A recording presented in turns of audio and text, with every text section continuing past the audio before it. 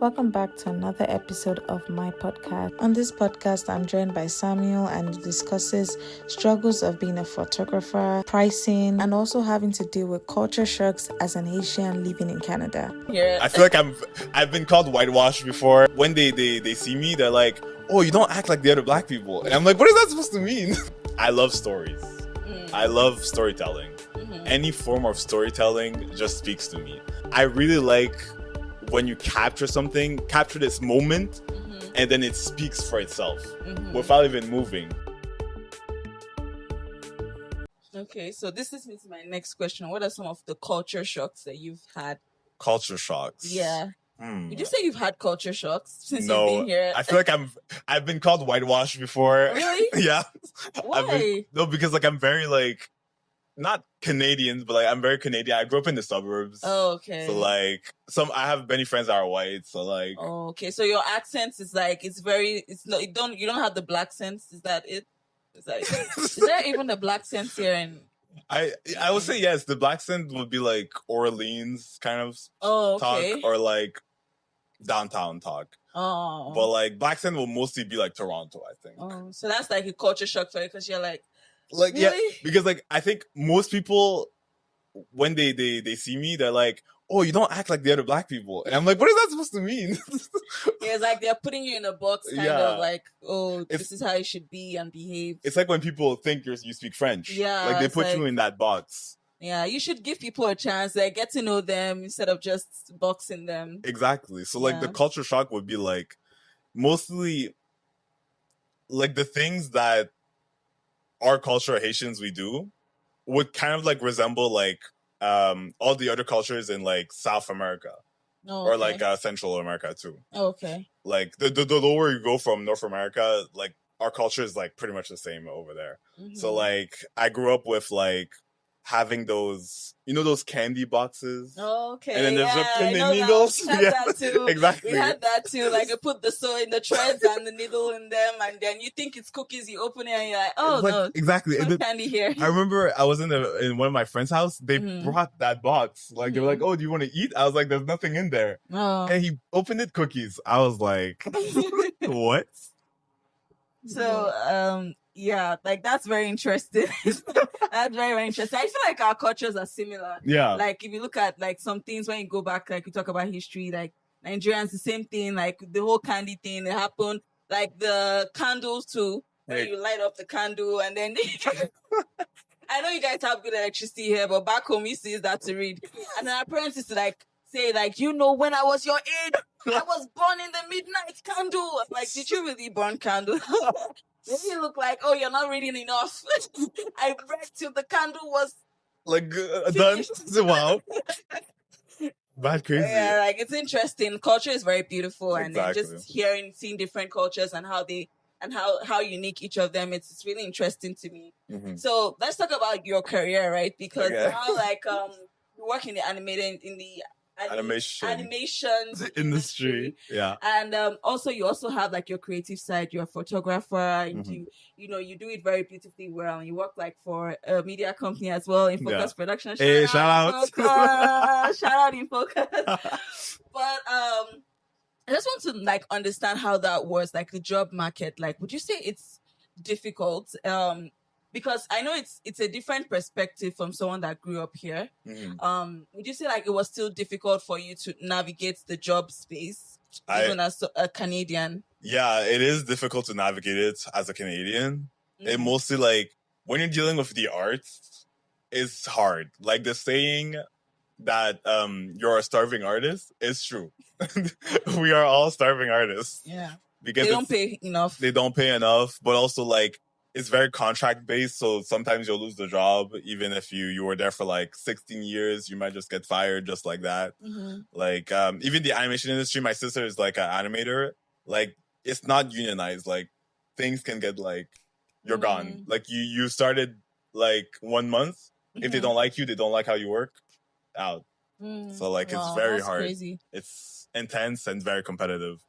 Yeah, I guess that's why a lot of people that draw, especially for animations, sometimes the animations take 3 to 5 years to be made, and we're like, what's going on? Why can't they just release it immediately? And I heard that some of the like the artists Mhm. are fighting for themselves. Like they're Yes. now like fighting for their rights because they don't get paid well enough. They get Exactly. treated badly Exactly. and stuff like that. So it's interesting to hear that. Yeah, like we recently had like I think it was last year or another year, like the writing strikes, the actor strikes, like those are like major arts like professions, and the way that big corporations abuse their employees, like they might use AI to take their work, or like they don't pay them enough, or they don't even credit them. Like in Canada, it's very like bad the way that animation is like used, because we're basically doing shows that come from the USA,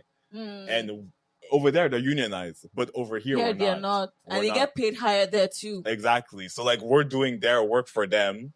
Some of them, Disney,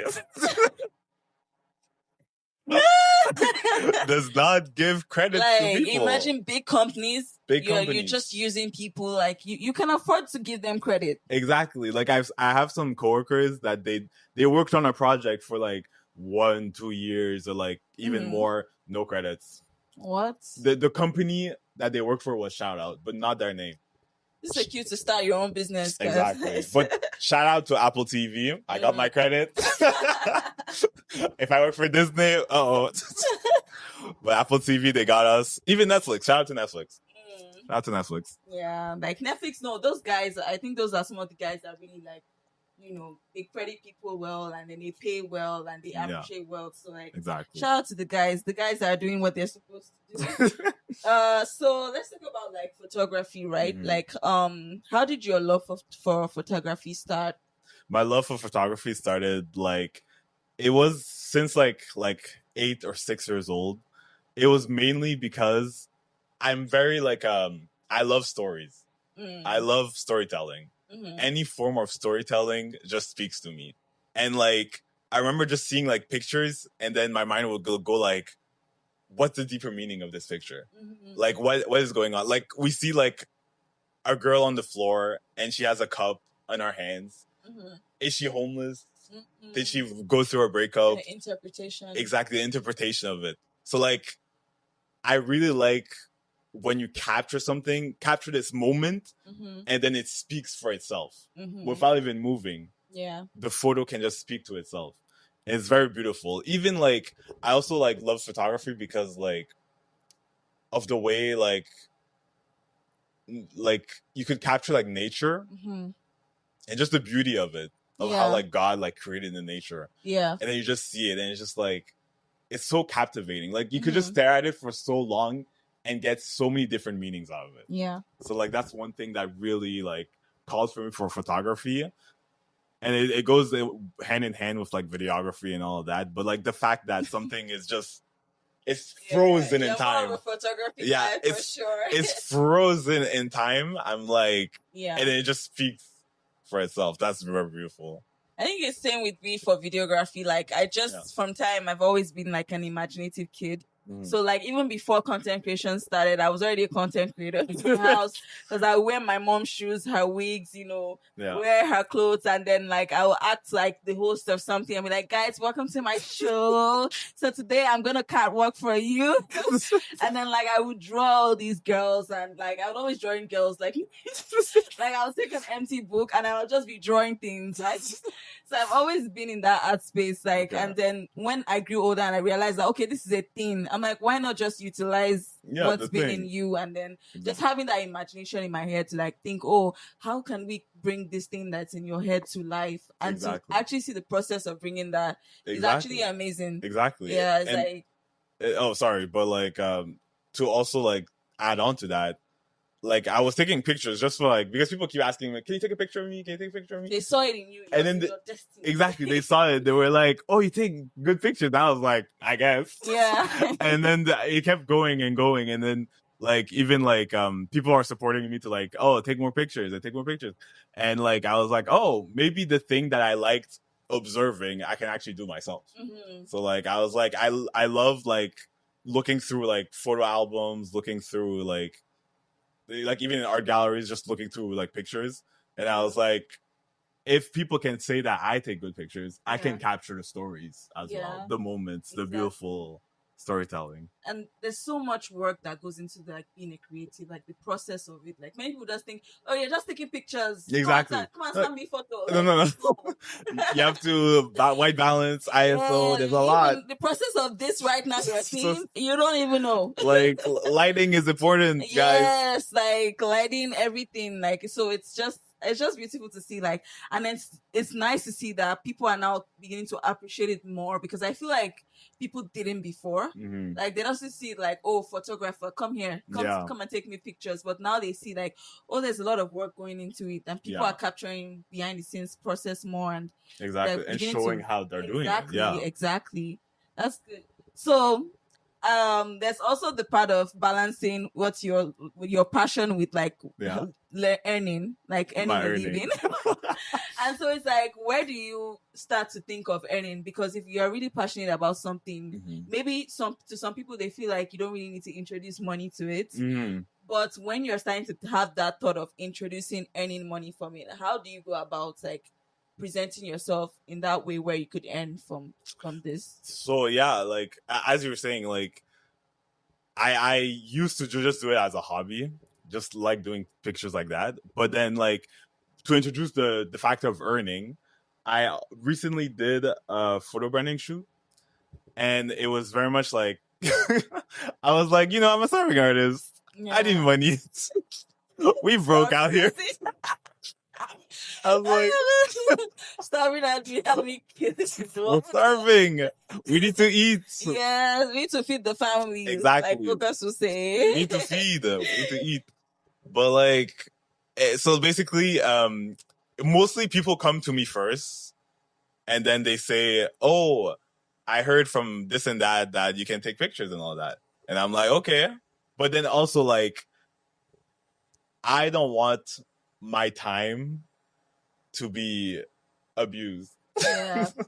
So like, I don't want like my time to be used in a way that, oh, you're just taking what I'm giving you and then I don't get anything in return. Yeah. So like, money is not really a big factor for me, but that would be a lie because money is important.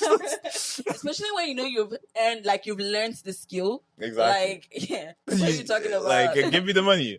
So like, basically, I need to be compensated in a way. Yeah. So like, with this branding shoot that I did for this woman, she wanted to do a collaboration, but then I said that the photos you're requiring of me is bigger than my time because I have to book the studio, I have to take the photos, I have to edit them, and then I have to make sure you like them, and that's in the span of like deadlines. So like, I have to make sure that everything is done, and that's a lot of my time, a lot of my stress, a lot of my energy. Yeah. And I'm like, I'm giving you something, but what are you giving me back? So I gave her the option of like, she was Haitian, so I was like, okay, you're my people. I'll give you a discount. But at the same time, I was like, we need to feed, we need to eat. Yeah. So like, I was like, here are the contract, here are the prices. You can take it or leave it. And then she took it. Yeah. She used the photos. Yeah. Everything went well. I did another contract with my cousin. Same thing. This was more easier because we know each other. Yeah. But like, it's even on my page if you check it out. Yeah, check him out, guys. Like, we'll drop your IG and the book like there, so you need to check out some IC. Oh, your IC Pro. Pomegranate. No, I did recently get a rebrand. Okay. Well, my name, just to give context, my name before was IC Pomegranate, but then I kind of grew old out of it because it felt very like high school teenager. Okay. It was a meme. It was based on a meme. Yeah. So I was like, I need to change my name. I have to be serious. So it's now called Echo Media. Oh, okay. Nice. That's really nice. Yes. So like Echo Media should be put out on the video. Yes. Okay. Echo Media. Yeah. So I think it's really nice, like, you putting a structure to it, because there's a lot of abusers in this industry. Like a lot of people want to take advantage of you. Like once they just see that, oh yeah, nice. Exactly. Really nice. nah, it's good to have a structure and plan in place. Like you can be doing it for free, like as your passion, but with time, you also have to know that, okay, how can I milk this? Exactly. How can I earn from this passion? Because, like, you know. Oh, I did say it's gonna be juicy, and we were gonna have some tea. Oh yeah. Yeah, that woman, that Haitian woman, she wanted to do it for free. No. I was like, free? Excuse me. I was like, do you want to take your own photos? Like, use your iPhone. Exactly, like free. Well, I was like, I need money, so I got the money. Yeah. Well, like, I'm glad you did that. Yeah, I'm happy for you. I get free. Please. Nah.